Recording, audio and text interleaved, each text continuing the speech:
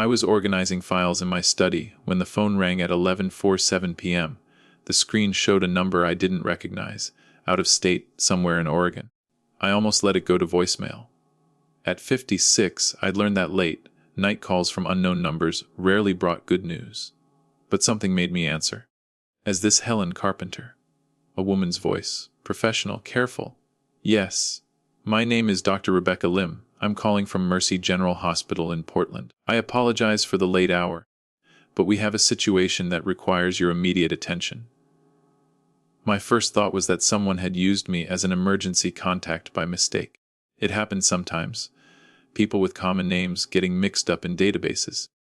"I think you have the wrong person," I said. "You're Helen Carpenter, formerly Helen Ross. You lived in Fairfield, Connecticut in 2005. I set down the folder I'd been holding. "Wes. And you had a son named Ethan." The room went very quiet. Not silent. I could still hear the hum of the refrigerator from the kitchen, the distant sound of traffic outside, but everything felt muffled, like I was underwater. "Had," I said carefully. Past tense. "My son died 19 years ago." There was a pause. I heard papers rustling. "Mrs. Carpenter, I understand this is going to be difficult to process, but we have a patient here who was admitted 3 days ago following a traffic accident. He's been unconscious until this evening. When he woke up, he gave us your name and this phone number. He says he's your son." I sat down. My legs had stopped working properly. "That's not possible." "I understand. But he's provided details that we've been able to verify. Your maiden name, your date of birth, an address in Connecticut from the mid-2000s. He's asked to speak with you. Would you be willing to talk to him?" "This is some kind of mistake," I said. "Or a scam. People don't just come back from the dead." "I'm not suggesting he was deceased, Mrs. Carpenter. I'm simply telling you what our patient has reported. I can transfer you to his room if you'd like to hear his voice. Or if you'd prefer, I can have him call you directly once we've finished our evaluation." I should have hung up. I should have blocked the number and gone to bed, and convinced myself it was a con artist who'd done research, who'd found my son's obituary online and decided to use it for some elaborate fraud. But I didn't hang up. "Transfer me," I said. There was a click, then ringing. Then the sound of someone picking up. "Mom." The voice was wrong. Too deep, too rough. But there was something underneath it, a cadence, a particular way of stretching out the vowel in that single word that I recognized. "Who is this?" I whispered. "It's Ethan. I know you think I'm dead. I know what you were told. But I'm not. I never was. My son died on a Tuesday in March, 3 weeks before his 8th birthday. That's what I'd been told. That's what I'd believed for 19 years. He'd been staying with his father that week. We'd divorced when Ethan was 4, and we'd had joint custody, though he primarily lived with me. His father, David, had moved to Oregon a year after the divorce for work. Ethan would fly out to visit him during school breaks, and for a few weeks each summer. That particular visit was supposed to be for spring break. Ethan had been excited. David had promised to take him hiking and to see the ocean. They'd planned to visit tide pools and search for starfish. On the Tuesday, I got a call from a police officer in Portland. There'd been an accident. David's car had gone off the road on a coastal highway. The vehicle had rolled. David was in critical condition. Ethan hadn't survived. I'd flown out the next day. I'd seen David in the hospital. Broken ribs, collapsed lung, head injuries that left him confused and barely able to speak. I'd asked to see Ethan's body. They'd told me it wasn't advisable. The injuries were severe. They'd encouraged me to remember him as he'd been. I'd been too numb to fight them. I'd signed papers. I'd made arrangements for cremation. I'd brought the ashes home to Connecticut and buried them in a small plot near where my parents were laid to rest. David had recovered slowly. We'd barely spoken after the funeral. The few conversations we'd had were stilted, painful. He'd moved to a different city in Oregon, Eugene, I think, and we'd lost touch. I'd heard through mutual friends that he'd remarried a few years later. I hadn't reached out. There'd been nothing left to say. I'd rebuilt my life. I'd gone back to work. I was an accountant for a mid-sized firm, and I'd moved to a smaller house. I'd dated occasionally, never seriously. I'd existed more than lived, moving through the years with a careful numbness that kept the worst of the grief at bay. And now someone was telling me it had all been a lie. I didn't sleep that night. I sat at my kitchen table with my laptop open, searching for information. I found the accident report from 2005, single vehicle collision on Highway 101, driver hospitalized, one juvenile fatality. I found Ethan's death certificate. I found my own signatures on cremation authorization forms. Everything looked legitimate, but the voice on the phone had known things. Not just public information, but small details. He'd mentioned a stuffed dog named Copper that Ethan had carried everywhere as a toddler. He'd remembered the name of his first grade teacher, Mrs. Valenti. He'd asked if I still made the chocolate chip cookies with extra vanilla, the way he'd liked them. I called the hospital back at 6 a.m. and asked to speak to Dr. Lim again. She answered, sounding tired but patient. I need to understand what's happening, I said.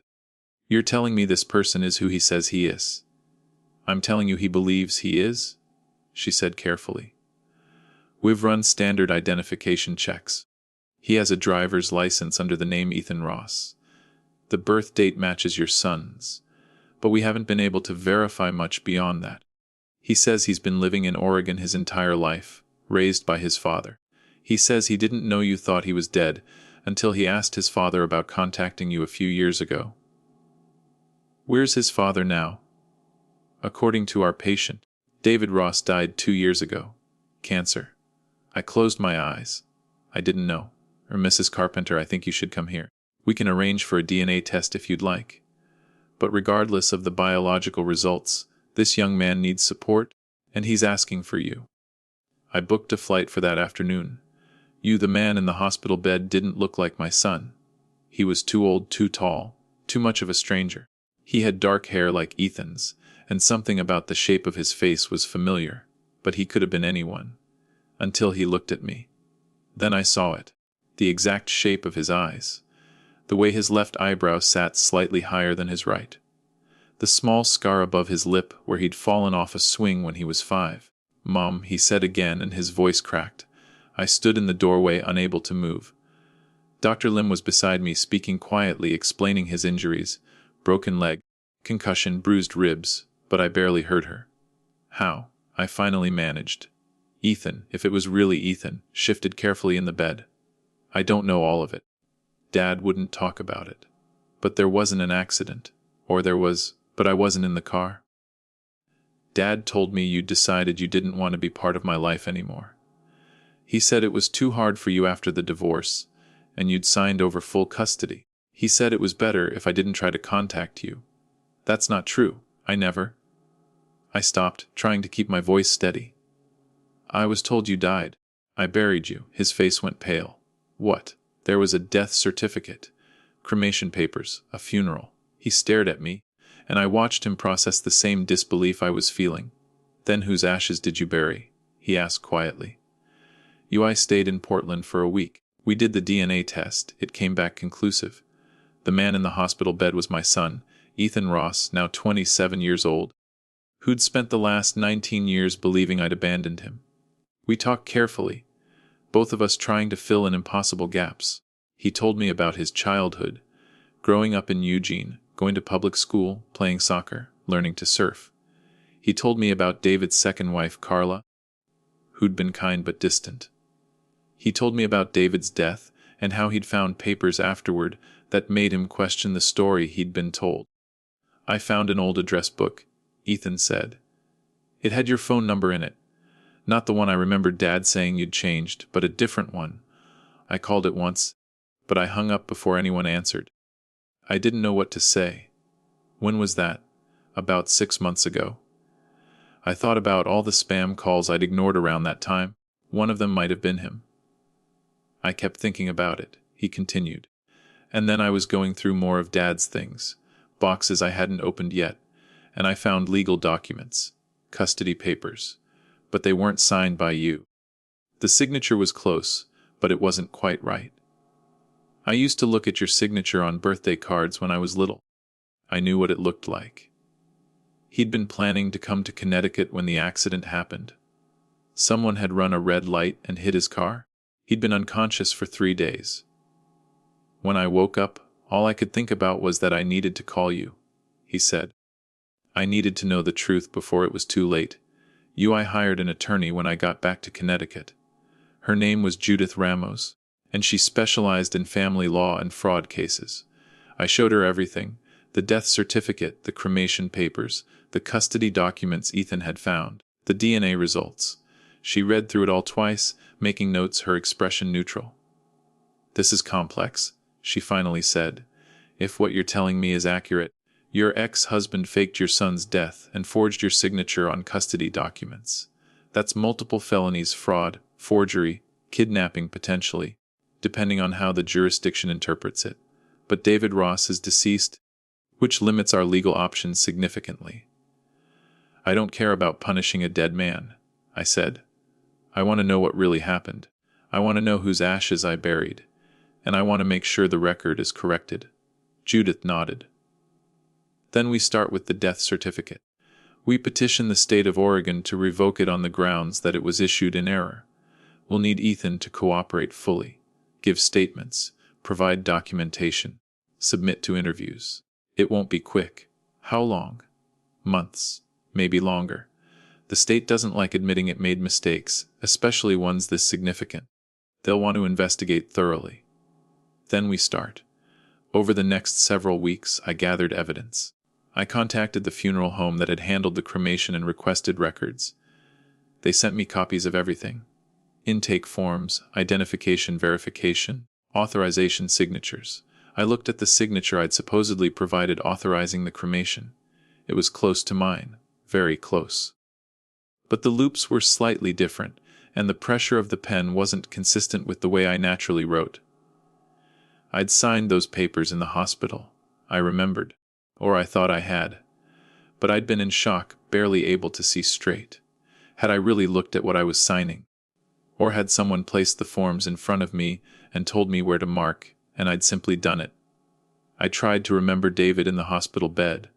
He'd been badly injured, but conscious at times. Had he been alone with the paperwork before I arrived?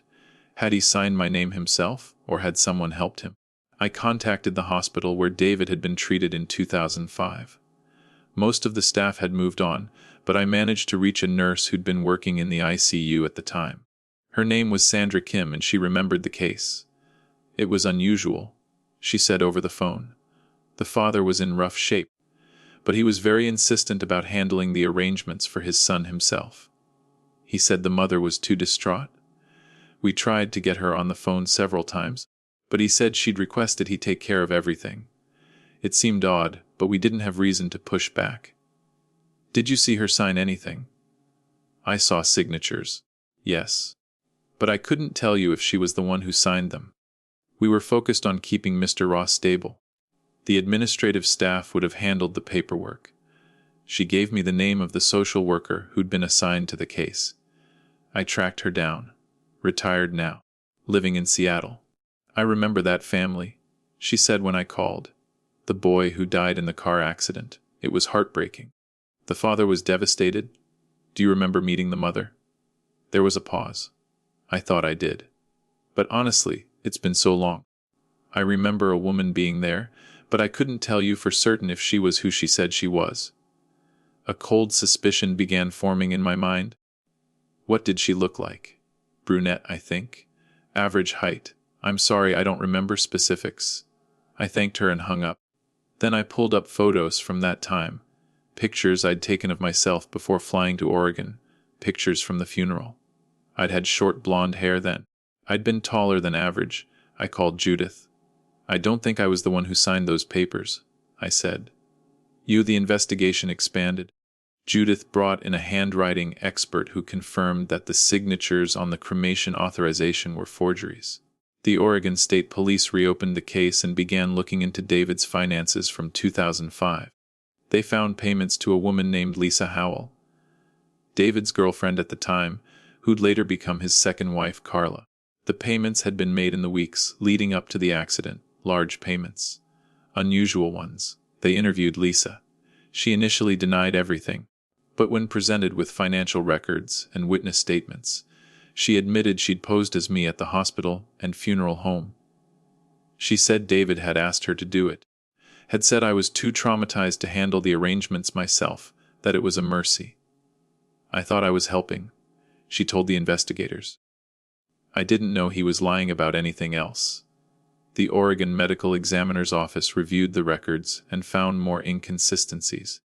The body that had been identified as Ethan Ross had never been properly matched to dental or medical records. The identification had been based entirely on David's statement and the presence of Ethan's belongings at the scene, which should have been more thorough. The deputy medical examiner admitted in a meeting Judith and I attended.